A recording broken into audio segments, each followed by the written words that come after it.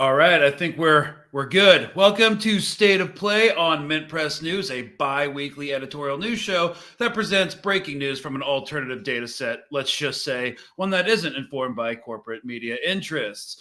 And those corporate interests are a big part of tonight's episode as we discuss the far-right anti-immigrant riots in the UK this past weekend and how they've been reported by the press. We're also going to discuss the current escalating tensions in the Middle East following the targeted assassination of Ismail Haniyeh and how Western powers are actually trying to de-escalate the situation because, for many reasons, the Western public or the Western polity as a citizenry, not just the Western militaries, are not prepared for a major war. What you're rioting over food and gas prices, just wait until Iran shuts down the Strait of Hormuz, through which 1/5 of the world's oil passes through. So I just want to make these two issues the main focus of tonight's episode because they are intertwined, and a case study on the ravages of the working class and the global South that is brought on essentially by late stage capitalism and the failure of the neoliberal world order. But first, when it comes to war, we have to look at corporate interests and what's happening in the heart of empire. So, if you guys weren't tracking, we're going to get into the riots that happened in the UK this week. I'm going to play some B-roll as we kind of talk about this. So, basically, according to a report by Oxfam in January, the world's 5 richest men have more than doubled their fortunes from 405 billion to 869 billion since 2020 at a rate of $14 million per hour, while nearly 5 billion people have been made poorer, reveals, again, an Oxfam report on the inequality in global corporate power. If current trends continue, the world will have its first trillionaire within a decade, but poverty won't be eradicated for another 229 years. So we're witnessing the beginning of a decade of division, with billions of people shouldering the economic shockwaves of pandemic, inflation, perpetual war, while billionaires' fortunes boom. This inequality is no accident, right? The billionaire class is ensuring corporations deliver more wealth to them at the expense of everybody else. So runaway corporate and monopoly power is an inequality generating machine through squeezing workers, dodging tax, privatizing the state, and spurring climate breakdown. Corporations are funneling endless wealth to their ultra rich owners, but they're also funneling power, which undermines our democracies, which is why everyone thinks our democracies aren't working, and our rights. No corporation or individual should have this much power over our economies and lives. And to be clear, nobody should have $1 billion. That's just a personal opinion. So Hassan says UK rioters blame random Muslim immigrants. Oh yeah, we're going to get all into this. So while these rioters, these far-right white nationalist rioters, struggle to make ends meet, while they lose a significant amount of their paycheck to taxes, Coca-Cola, it was just determined, owes $6 billion to the IRS, says a recent ruling by the U.S. tax court. Doubt anyone will go to jail for that, though. It's just a fun example. But yeah, it's just poor immigrants and refugees fleeing from, for the most part, wars, coups, economic sanctions, and political instability brought about by Western imperialism. Underpaid, underhoused immigrant workers, some of whom are undocumented and therefore work without state mandated benefits, whose costs are actually generally borne by the employer, are the reason for the working class is broke and food and energy insecure, right?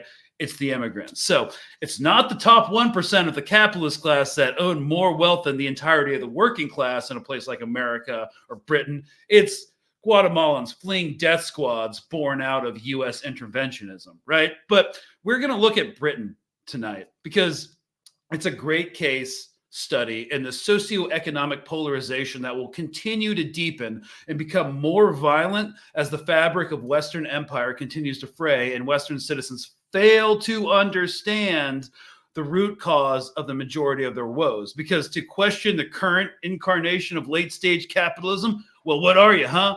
You communist? You a pinko commie bastard? You dirty little red? do not question, okay, guys? Do not question your neo-feudal overlords, and remember to tip your landlord, okay? They provide you with housing, and also the police are there for your protection, and trickle-down economics actually works. So feel free to post other lies that propaganda has taught us in the comments section so we can make fun of them during the Q&A section at the end of the show. So speaking of corporate power, before we get into the riots in England, here's our Patreon plug. All right, Mint Press is an independent newsroom and doesn't have any corporate sponsors. We've been banned from PayPal. Fundraisers have been taken down by GoFundMe and demonetized on YouTube. If you'd like to support this brand of independent journalism, consider dropping your Economist subscription, which also kind of blames immigrants for, anything to not blame empire, right? And slinging $5 a month this way, it really does go a long way to support independent watchdog journalism. If not, I get it. We are, after all, being nickeled and dimed to death. So, sorry, my phone just started playing that. We're just glad you're here. So before we get into the Iran-Israel bit, what actually did happen this weekend? Well, let's go to TRT, the Turkish English language station. That's generally pretty darn good.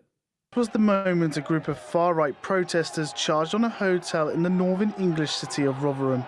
Asylum seekers are currently staying inside the building, and the message from rioters is loud and clear. Some managed to break into the building, as terrified guests watch on from what was unfolding underneath them. In the northeastern city Middlesbrough, similar but smaller riots have taken place as protesters face off with police. But it didn't stop angry mobs from setting objects alight, including bins. The 4 days of violence is causing concern for Prime Minister Keir Starmer. I utterly condemn the far-right thuggery we've seen this weekend. Okay, so if you're a right-wing fascist and you engage in violence, like abject violence and looting, and actually injure police officers, it's thuggery. But when you peacefully protest against the war machine, you're a terrorist. Just wanted to make that slight observation, the different nuances and semantics of language used to apply to white supremacists and everybody protesting the war machine. Be in no doubt, those that have participated in this violence will face the full force of the law. The riots were sparked after a 17-year-old boy stabbed and killed 3 girls taking part in a dance class in Southport, a town close to Liverpool. But disinformation quickly spread online over the identity of the attacker, with people on social media claiming he was a Muslim who had immigrated to the UK last year. This was not true at all. Let's see if they cover it. If not, I'll fill in the details. That caused riots in the town from the far right, which included an attack on a mosque. The violence forced the judge to name the attacker as Axel Rudakubana, whose family were part of the local church. The UK normally doesn't name suspects under the age of 18. But that hasn't stopped the rioting. On Sunday, another northern city, Hull, was cleaning up the aftermath of far-right violence which took place on Saturday. This is my community and it's the right thing to do. And it's showing a good example to our children that crime and violence is not a good way of getting a message across, but working together as a team. Embarrassed before this morning, disgusted, and wanted to take some action, really, I suppose. The violence has forced hundreds of mosques in the country to tighten up security. London has also announced an extra $37 million package to help them. But with people of colour being physically attacked in recent days, many in marginalised communities across the UK are feeling both scared and threatened. Like, did you see that? Those freaking right-wing fascists just threw an entire chair at a wall of cops. Could you imagine, if they were doing that at the protests in Washington, D.C. on July 24th when Benjamin Netanyahu came to talk? So anyways, just going to leave it there. So, this Axel Rudakubana first appeared at the Liverpool Magistrates Court over Monday's incident where he stabbed 3 girls to death and injured more. the police have said at this stage that the attack was not terrorism related and that the suspect was born in Britain. Again, squashing speculation on his origins. But, by the time the misinformation got out on social media, they've already been primed to believe that, this is just what immigrants do. There's a threat from radical Islam. There are a bunch of jihadis. And not only they're taking your rights, they're here to kill your children. So, of course, this has all been debunked. But again, it doesn't matter with a group of people so reactionary. So earlier today, excuse me, there was a COBRA meeting, which, are meetings that are named after the Cabinet Office Briefing Room at Whitehall. So it's an emergency response committee in the British government, get together of ministers, civil servants, the police, intelligence officers, and other officials appropriate to the situation they are looking into. And this is what Keir Starmer, Prime Minister of the UK, had to say after it. COBRA meeting this morning, which was an opportunity that I took to thank the police for their work over the last few days, to express my support for the police officers who have been injured and the communities impacted by this mindless thuggery. Again, not terrorism. It's just thuggery. It's just thuggery if you're not actively supporting an enemy of Western corporate and imperialist interests. Of actions that then you're just being a football hooligan. Sorry to our cousins across the pond. It really is soccer, though. Came out of the meeting. The first is we will have a standing army of specialist officers, public duty officers, so that we'll have enough officers to deal with this where we need them. Okay, so again, what I like about these governmental responses in late stage empire, it's like none of this will solve the underlying problem of wage, class, and economic inequality that is happening right now. So nothing's going to be done. All the government is going to do is put, quote, an army of cops, which were created as counterinsurgency forces to squash any opposition possible. And it's not going to solve anything.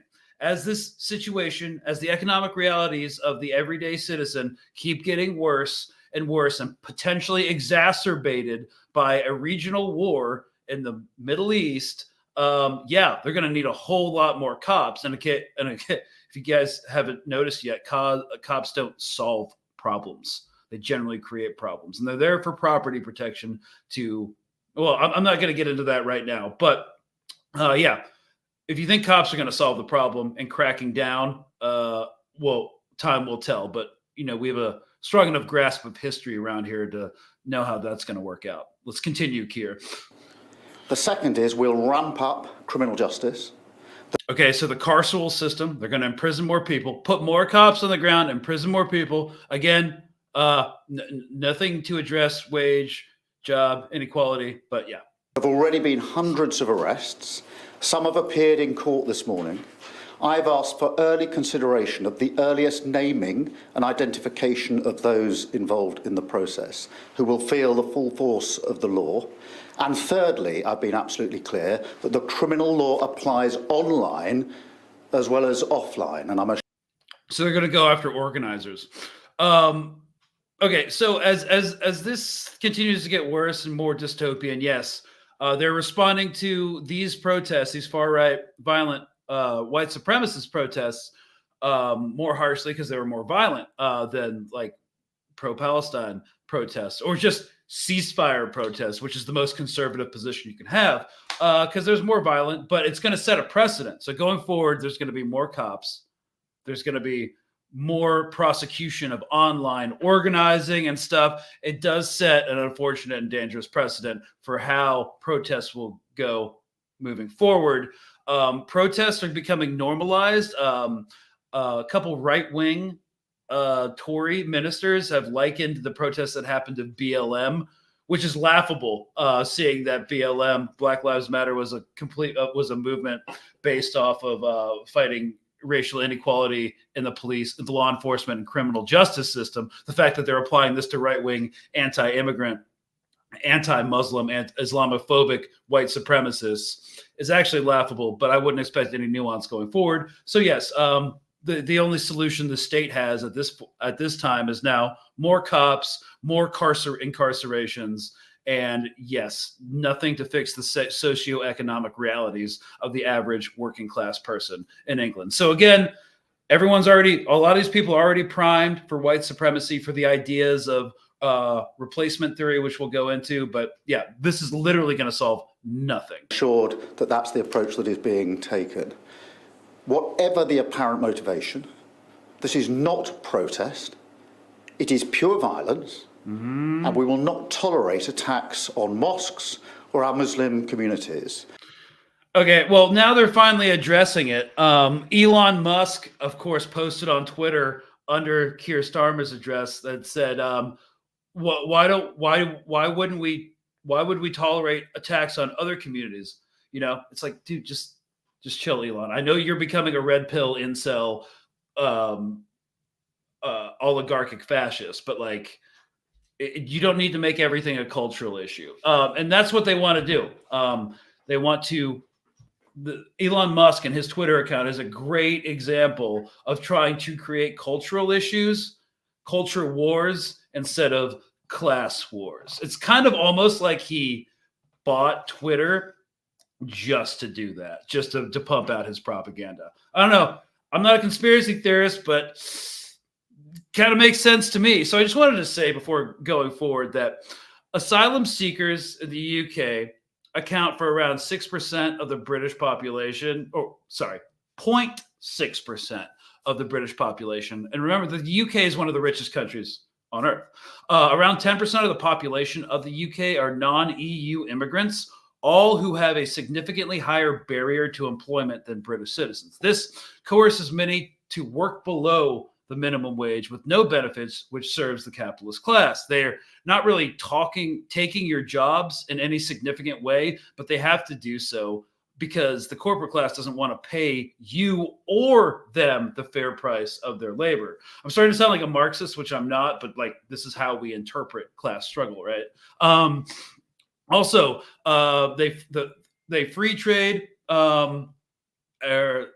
outsource labor to the global south, but yeah, it's totally the fault of immigrants, even though the corporations are outsourcing to places with cheaper labor.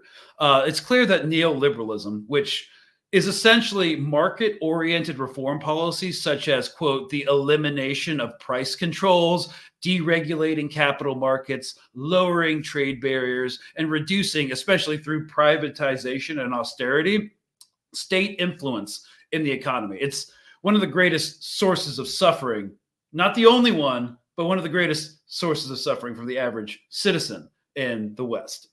And I'm only focusing on the West for this particular issue because we're talking about white nationalism here and how white nationalism paints the foreign outsider or the perceived foreign outsider, even if they have citizenship, as the enemy. So instead of, it's race war, not culture war. So, this the West has, if you guys haven't noticed, systematically perpetuated a narrative that liberal economics, free trade, and deregulation will generate prosperity for all. This is like the cornerstone delusion of Reaganomics, like trickle down economics. You give them the richest people all the money, and they'll spend it, and it'll benefit all. The rising tide raises all ships.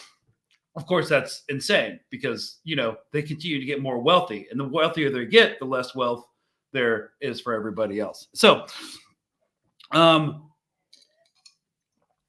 global institutions, such as the World Trade Organization, the EU, were established to impose this agenda globally through legislation. So neoliberalism really has reduced barriers intended to protect local markets. This is why we have the deindustrialization in the West, as factories and labor were relocated to countries in the global South that had more favorable rates to exploit. We also have the privatization of national services, deregulation, which is premised on the notion that markets will regulate themselves. But in the end, a market that is dominated by the extreme few cannot regulate itself. So a lot of Cold War propaganda has told you that this is simply the natural way of things. And you accept it or be labeled a communist or a radical leftist or an anarchist, whatever. Anyone that doesn't toe the fascist line, right? Because late stage capitalism, if it doesn't really work out, it's going to go straight to fascism, right? So you accept it or be labeled a threat or an enemy of the state. I think authoritarian communism has its own problems, obviously, but we're just focusing on this part right now. And it's a very complicated topic. It's much easier, therefore, to mobilize white supremacy, to hate the outside other, and shut down critical thought. So just believe in the great replacement theory, man. People of color are trying to replace you.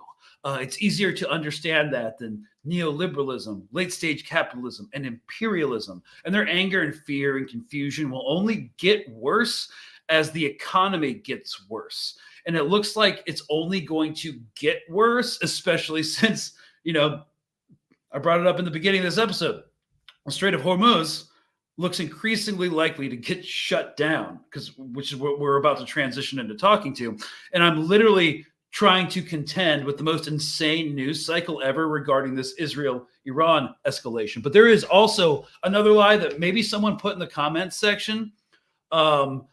Wars are good for economies. It's like they're good for certain players. Yeah. But if you're struggling to buy food and petrol and gas and, there's a bad labor market, you're going to love when a country like the United States, which is already stretched thin economically, engages in a massive war of annihilation 7,000 miles from its territory. I'm sure that won't affect your global supply chain grocery costs at all. So, yeah.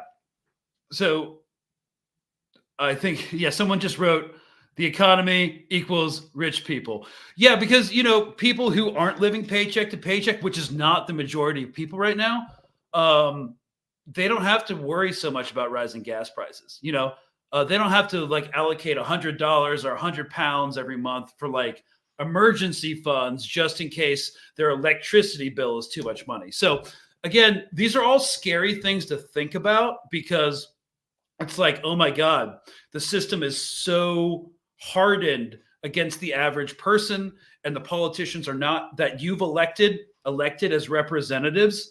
They're not there to take care of you.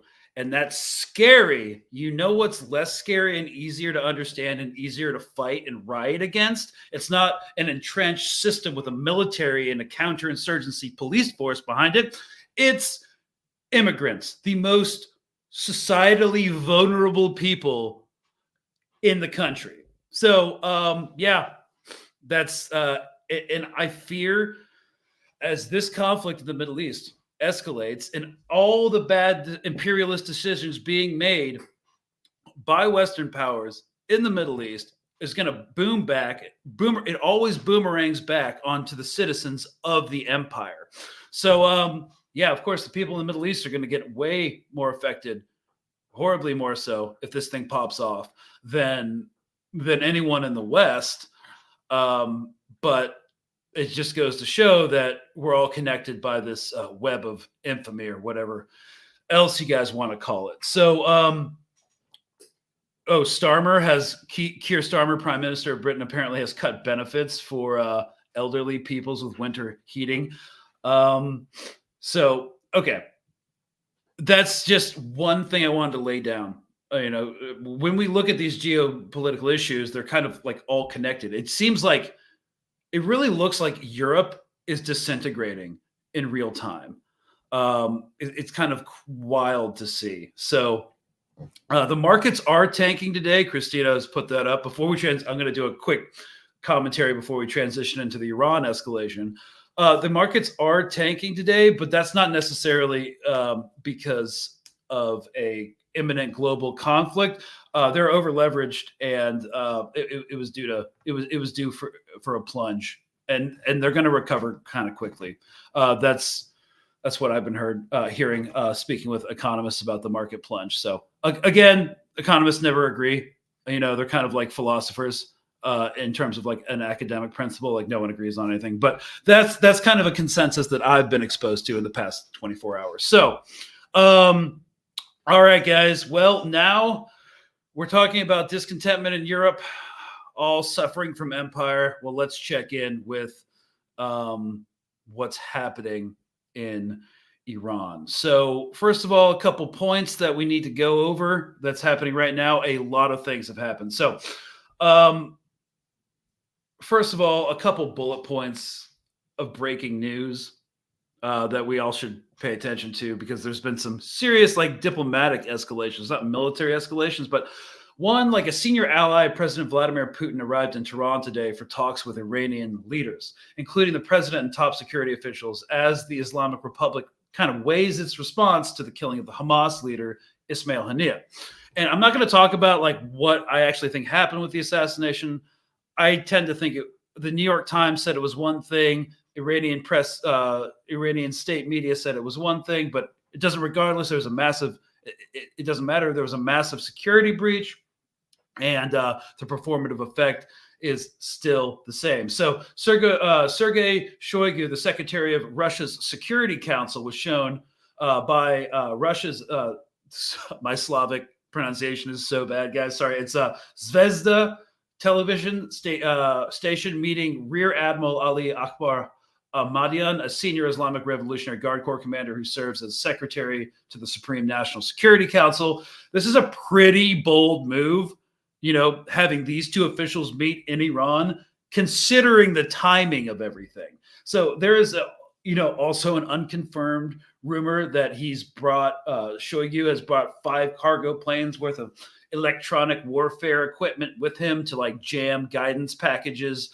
from like Israeli munitions. But that's just a Telegram rumor as of right now. I haven't seen anything of it, and I've been scrubbing the internet all day. So it's a really bold move to, while Russia's engaged in a proxy war in Ukraine and the U.S. is about to defend Iran with defensive strikes and interceptions against Iranian rockets and Hezbollah rockets coming into Israel, to have a security meeting in Iran right when Iran's saying, hey, within the next 24 hours, 48 hours, 72 hours, it's going down. So that's a very conscious decision to make that diplomatic move right now, given the circumstances. So it's basically signaling in that they're gonna like double down and get in deeper with Iran with the security relationship. So this makes a lot more sense when Foreign Minister Lavrov said last month that any escalation or regional war with Iran would bring in global powers, and it should have been taken seriously. Well, you can see he wasn't kidding around, because Shoigu's there right now. So that's something that was a new development from today. Also, a few hours ago, Iraqi militias hit the Al-Assad Air Base in Iraq, the U.S. Al-Assad Air Base in Iraq, which is an escalation from Iran-affiliated resistance forces I did not expect. A major concern is that any of these militias in Iraq, that they'll go rogue from their Iran affiliations and force a U.S.-Iran escalation, as opposed to an Israel-Iran escalation, but a U.S.-Iran escalation that neither government seems to want. The U.S. and Iran, what they've done performatively since October is basically doing de-escalation games. One point of consideration here, though, is sorry, let me just pull this up so I can stop doing here. Y'all young kids can look at that thing while I continue to do a lot of exposition. Sorry.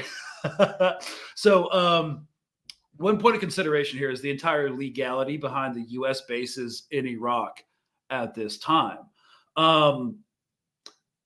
Because the last thing the U.S. needs, because they've been requested to leave by the Iraqi government, is to attract more attention to itself and the fact that they are about to be there illegally, as the bases in Iraq are another issue of contestation. They're already kicked out of Niger.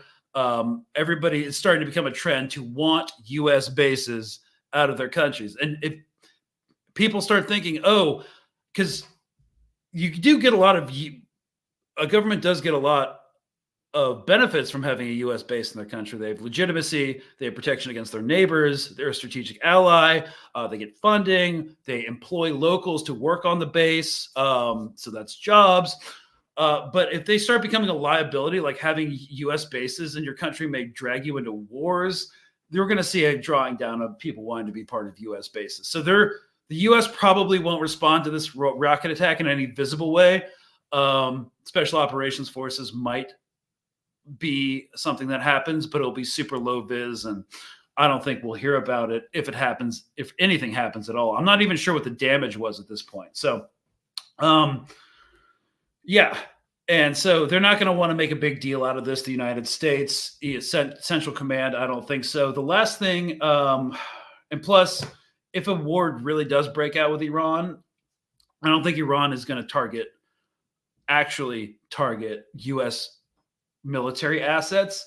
But if they do, the U.S. doesn't want to escalate for another reason, because the air defense systems could easily be overwhelmed. The U.S. air defense systems could easily be overwhelmed by Iranian ordnance if this thing actually pops off, because there aren't enough Patriot missile systems, and they don't have enough time to reload to stop an entire Iranian arsenal. So, and Iran also doesn't want to get bombed. Nobody wants to get.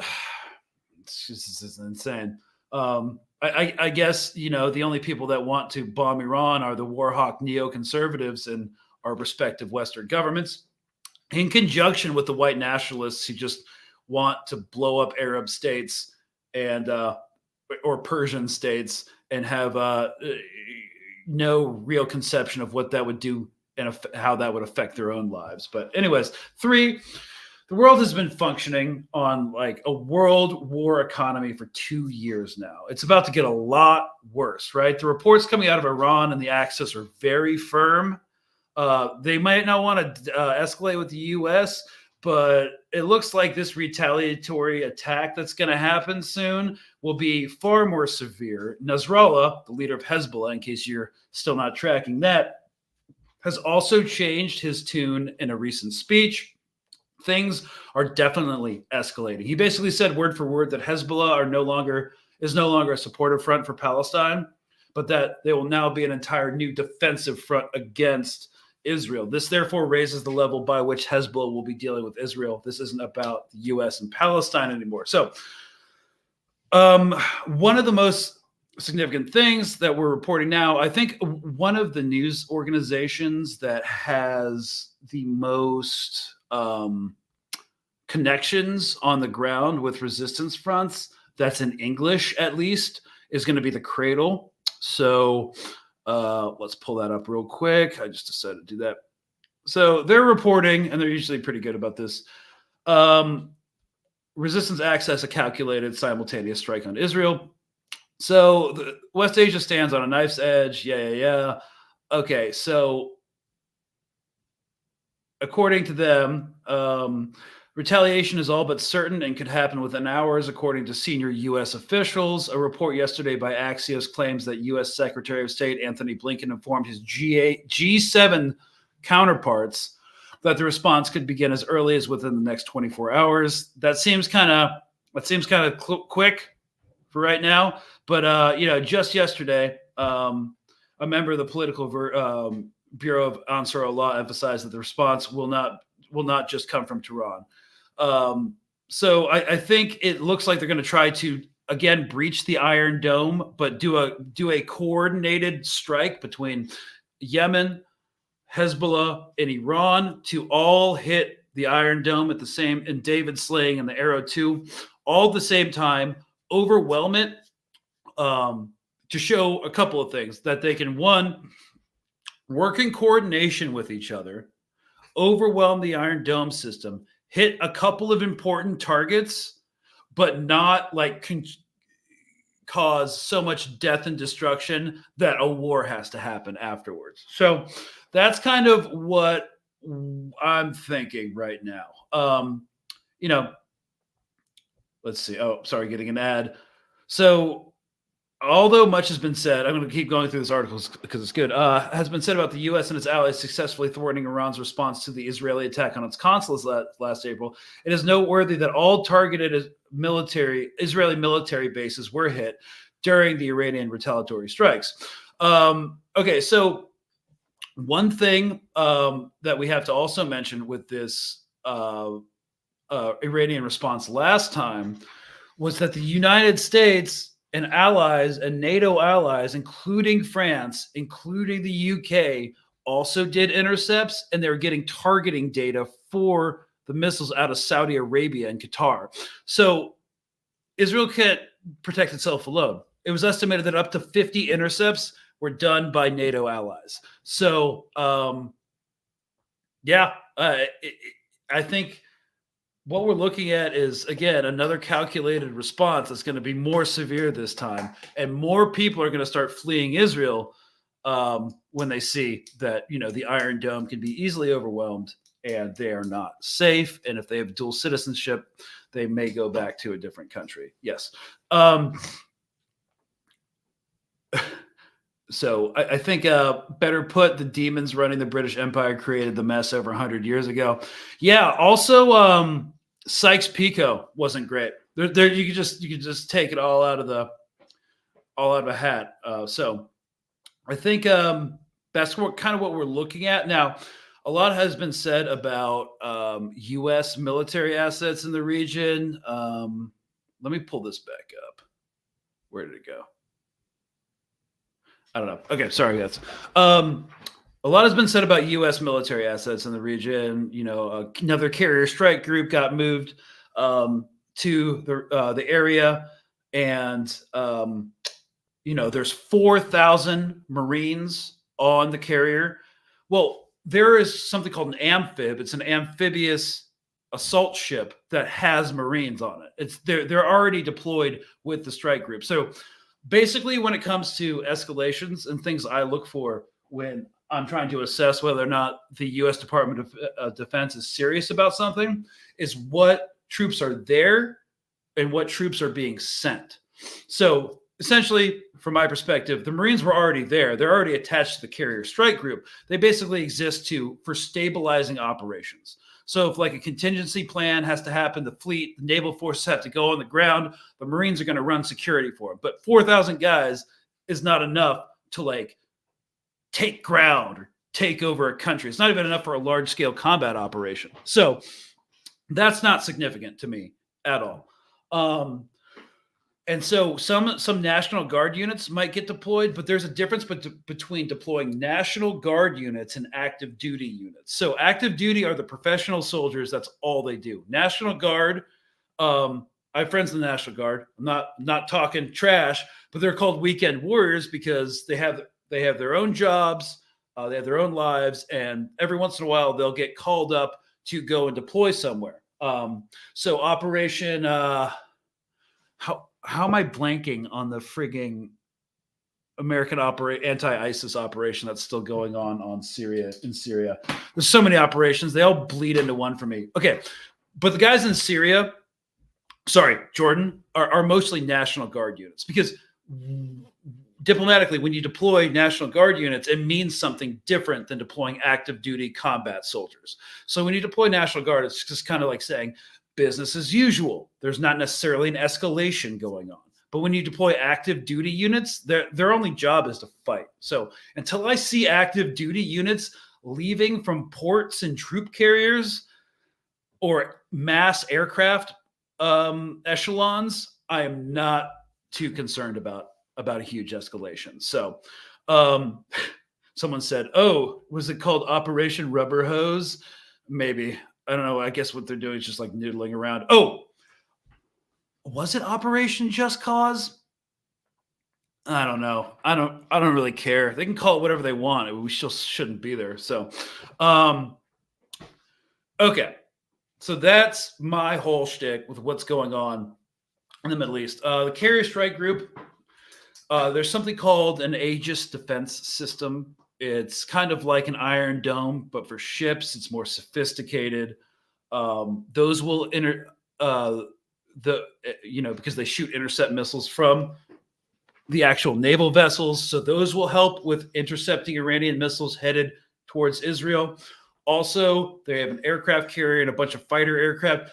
Fighter jets can also do intercepts. They can intercept missiles and shoot them down. So it's basically everything that I've seen, because there's, again, been no massive troop deployments. Just looks like they're just in a defensive posture. So, yeah, there are U.S. troops in Israel and Jordan. Okay, so yeah, guys, I think that is right now. I think we're continuously monitoring the situation. That's what we're looking at right now in terms of breaking news. Oh, it's Operation Inherent Resolve. Okay, sorry, I had to check my private messages. So, yeah, it's all looks defensive for right now. So I don't think.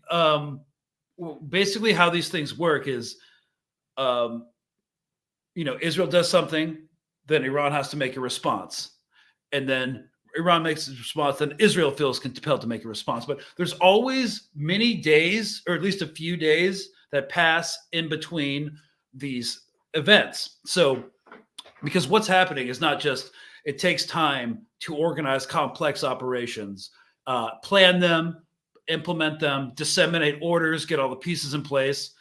There's also back channel diplomatic communications happening. And apparently it's been said that the United States has been struggling to establish diplomatic back channels on this with Iran, because they're going to third-party nations like Qatar or whoever else, to act as intermediaries. But apparently the water cooler talk is those other countries, or Iran is not responding to those other countries, trying to act as third-party communicators. So yeah, there's a lot of diplomatic things going on as well. It's not just, they're responding to a military thing. Like, what's happening? Their military intelligence apparatus is kind of trying to determine what their military apparatus. Then you have their civilian intelligence going on. Then you have their diplomatic corps trying to talk to each other to kind of like de-escalate the thing. But it definitely seems like it's going forward. There will be a response, and they've basically talked it up too much. Iran just has to do it now. So we're not going to know what a U.S. response is going to look like until we see what the Iranian response is going to look like. But we do have a historical precedent. And that historical precedent since October is that the United States and Iran do not want a regional war.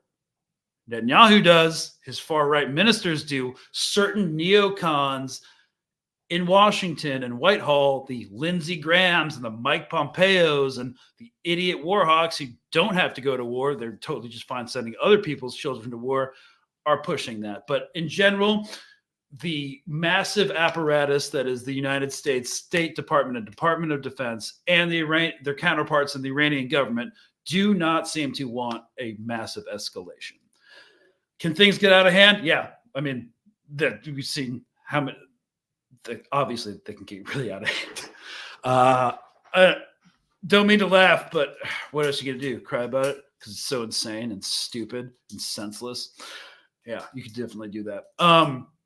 So I think that is what we're looking at. We started with the riots in the UK, the financial woes, the working class woes of the average white supremacist, blaming all their problems on the Middle East. And then, our media outlets use that pre-existing Islamophobia to manufacture consent for more wars, for more protection of Israel, for more interventionism in the Middle East. Because the idea is, if we don't stop them there, they're coming for your kids, which is insane. It has no basis in fact or any sort of data set that I've ever been exposed to or my experience.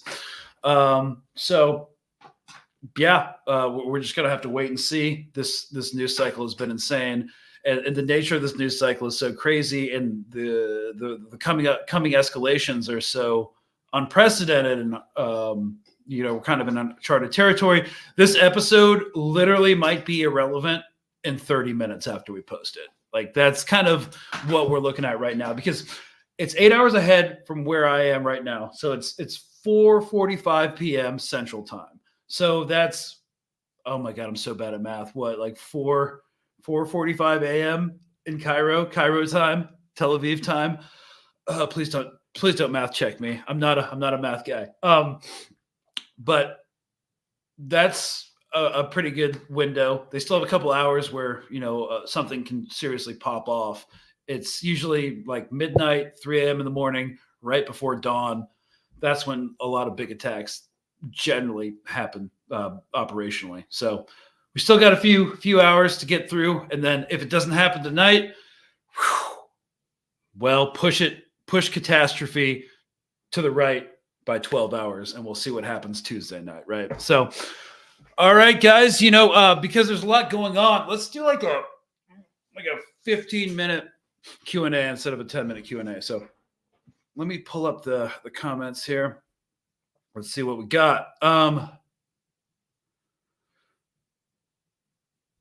Greg, do you think this type of riot will spread to the USA and Canada? Well, half my family's British. I think I understand, the British hooliganism that exists within football clubs and stuff.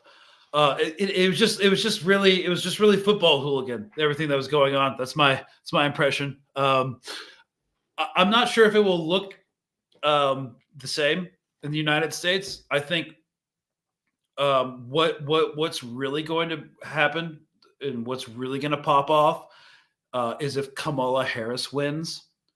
If she wins, which doesn't look impossible, certainly. Can you imagine what it's going to be like? You thought January 6th was bad. I completely think that there will be blood in the streets. Because all these white nationalists will feel hopeless because they're convinced that elections are stolen. And, that the deep state is not going to allow their Lord and Savior, Donald Trump, to save them. So what else is there beyond violent resistance?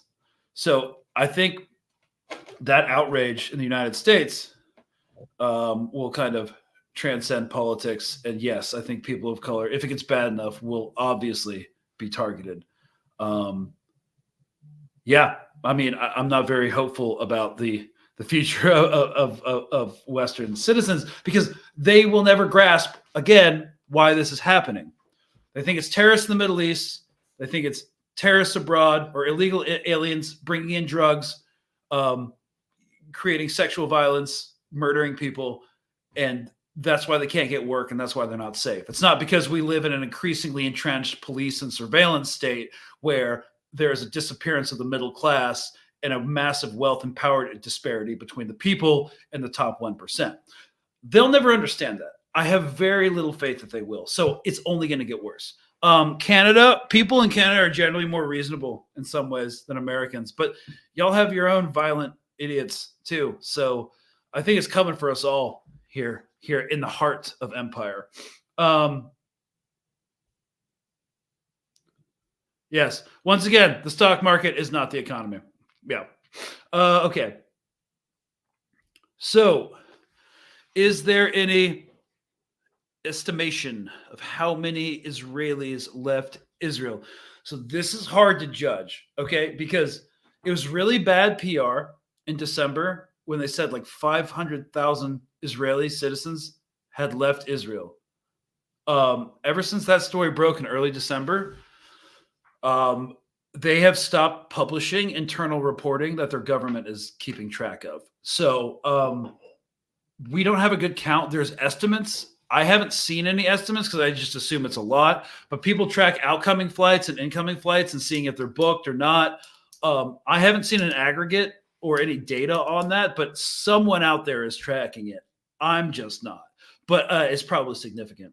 It's probably not great. And we see videos every day of Ben Gurion International Airport, the outgoing flights being stocked full, like massive lines to get in through security and customs. I think, yeah, we'll see. Do you think Israel is psycho enough to invoke the Samson option? All right, so Samson option.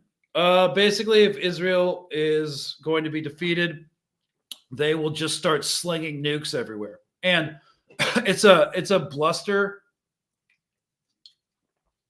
deterrence policy that basically says if you beat us and we feel like we're going to be annihilated, we're going to nuke you and we're going to nuke everybody. It's what allows them to be the bullies in the region the way they are, because of this this horrendous threat that they can launch. It's estimated they have about 40 nuclear weapons. That's one of the reasons that the far right in Israel, and what is the far right? Most of Israel at this point want a war of annihilation against Iran. They want the United States in on it to do it for them because they can't defeat Iran. But they fear Iran getting nuclear weapons, not necessarily because they think that Iran will use the nuclear weapons on them. There are definitely a lot of people who do, but that's not how Iran operates. The reason that a lot of savvy politicians in Israel fear a nuclear Iran is because they would not be able to act regionally with the same impunity if Iran could be like, yeah, okay, buddy, we have nukes too. All right. So that is a huge threat to their regional impunity. And you know what happens when you tell a narcissist no, they freak out. So yeah. The Samson option, it's almost too insane to contemplate, you know. The theory of mutually assured destruction still holds strong, I think, but who knows? I thought they would. I said in February, I thought there'd be a ceasefire in March because I thought they'd want to not be a complete pariah state in a number of years, and they would like to protect their long-term political viability. I was definitely wrong. And since then, I've kind of stopped making predictions like, no, they would never do that. That's crazy. So I basically now just stick to what I think is the rational course of action, and then leave room for them to be irrational. With the Samson option, it's tough. It's just so insane. But, you know, they do act rogue, and they go rogue all the time. I do believe U.S. officials when they say that they had no idea that Israel was going to take out Ismail Haniyeh in Tehran. Because guess what? The U.S. wants a ceasefire. The CIA wants a ceasefire. William Burns, the director of the CIA, who is not really a spy master, he's a diplomat, wants a ceasefire. And if the CIA got wind of it, they probably would have tried to quash it. Because, again, the U.S. has other interests that they need to be worrying about right now from their imperialist standpoint, like a geostrategic shift to East Asia, the failing war in Ukraine. There's a bunch of other stuff going on in Africa that they can't afford to be focused on this one issue. So they want a ceasefire. And Ismail Haniyeh was the most prominent voice, the most powerful prominent voice, at least, in Hamas, in the Hamas's political wing that was pushing for a ceasefire. Yahya Sinwar, everything that we've seen from him, it seems like he will be way more difficult as the most powerful broker now in Hamas to actually reach a ceasefire deal. So, yeah, it's just mad that they sabotaged it. Israel sabotaged it. They didn't tell the United States about it because the United States would push back because it's not in the U.S. interest to keep this going. And yeah, so they've been a rogue actor, and they'll continue to be a rogue actor. Will Samson happen? Knock on wood. I think my desk is wood. I hope it's the real stuff. So, let's see. U.S. personnel injured in an attack on the base in Iraq. Reuters reporting just now. I haven't seen that article. I did see something about them being wounded or injured or being killed. Sorry, being killed. But, you know, I've known a couple guys who were killed during training exercises. Equipment malfunctions actually do happen. The timing's super weird. They could have been killed in like a combat operation, but these weren't special operations forces. Like, there's usually not a lot of secrecy around what's going on. So maybe there was some shady stuff going on. Maybe they were killed in combat, but until I see something about this, hang on, let me pull this up real quick. Breaking news. Sorry. Okay, sorry. Reading this. So base personnel are conducting a post-attack damage assessment. 2 Katyusha rockets Monday were fired at the U.S. base. Okay, getting ready to launch drones. Yeah, so maybe my producer didn't pull up the correct article, but I haven't seen anything where the U.S. government has said completely. Usually when people die, my experience with combat casualties in the war in Afghanistan when I was over there, like when someone died or someone was even wounded, all communications on base would shut down.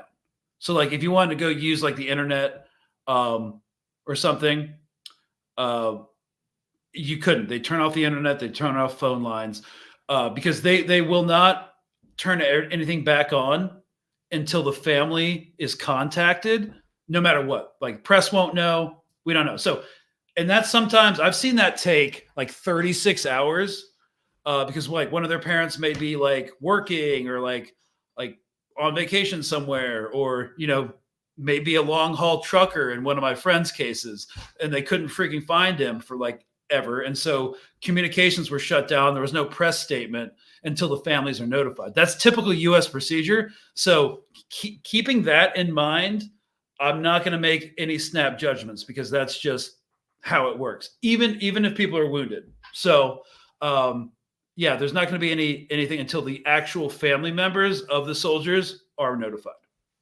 And I don't think they've changed procedure since the Afghan war, which is only a few years ago. So what else we got, folks? We have 4 more minutes.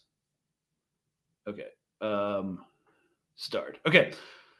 Okay.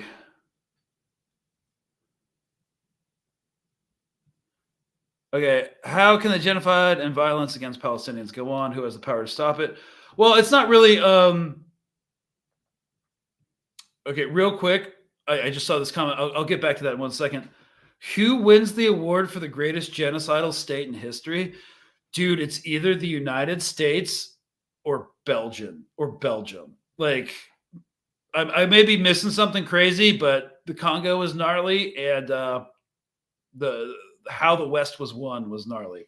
Okay, so how can the genocide and violence against Palestinians go on? Who has the power to stop it? Well, first of all, did y'all see the CNN report today citing the Combat Institute and like the Institute for the Study of War, saying that only 3 out of the 24 Hamas battalions are actually destroyed, but there's still like 21 left, and they're actively recruiting, and they're still able to fight. So after almost like we're getting close to a year now of fighting in Gaza, they've only actually destroyed 3 out of the 24. They can't keep this going forever. And when you ask like who has the power to stop it, it's a combination of the resistance, international pressure, and economic pressure. The bottom line is Israel cannot win militarily. The only reason that the way they can win is to do a protracted years-long siege of Gaza and literally kill everybody in Gaza. And Smotrich, the far-right minister, said today that they have to give humanitarian aid because Israel cannot do a genocide. They're facing too much pressure. So even they know they can't do it. So they're in an impossible situation. They've already lost. They're just going to keep this going. So it's going to stop eventually. And then UN investigators are going to go in there, and every horrible thing we've seen is just the tip of the iceberg of what's actually happened. So, all right, guys, that's the end of my time. I got to go hop on something else. I hope you enjoyed the episode tonight talking about fascism in the empire and war, senseless war abroad. And yeah, hope to see you guys next time. I think we may try to cover the incredibly controversial Venezuelan elections in a completely new way. That's my coverage. So we'll get into that freaking can of worms and try to do the best we possibly can. Or if war starts, we're going to stick with war, So hopefully that doesn't happen. Enjoy the rest of the week, y'all, and we will see you on Thursday. All right. Have a good night, y'all.